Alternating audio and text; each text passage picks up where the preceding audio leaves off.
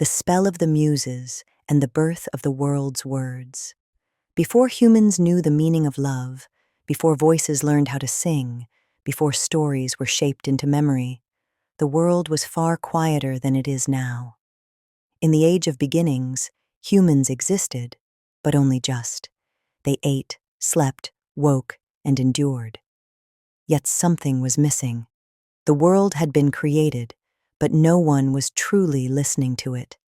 Zeus, ruler of the gods, looked down upon the earth and understood that what humanity lacked was not strength nor power, but inspiration. So he fathered 9 daughters with Mnemosyne, the goddess of memory, she who remembers everything that has ever been. These daughters were called the Muses. They carried no weapons. They issued no commands. They ruled nothing. Their purpose was simple: to whisper. They whispered for humans to pause.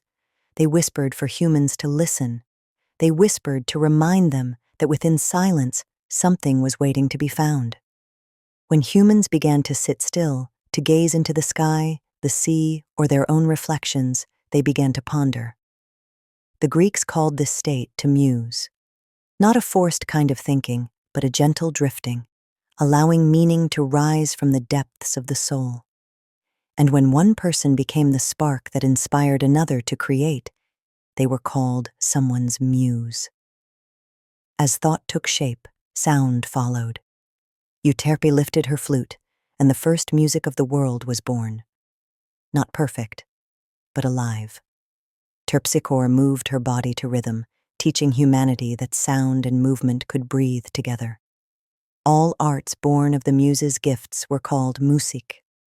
Over time, the word traveled, changed, softened, until it became music. Not merely sound, but the soul made audible. As stories multiplied, memory grew heavy.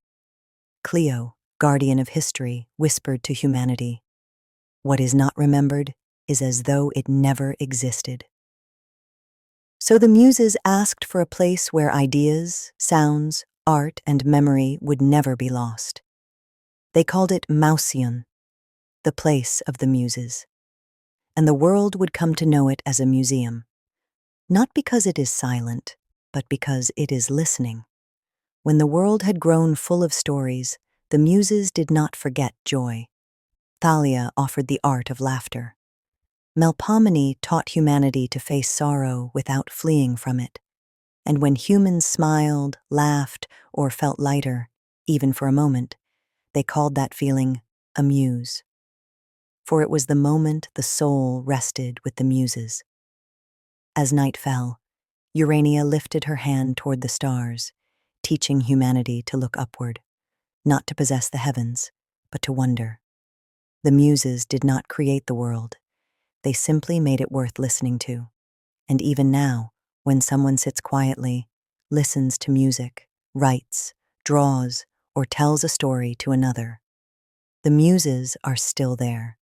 They do not speak. They do not rush. They do not demand. They simply wait for someone to listen to their own voice once again.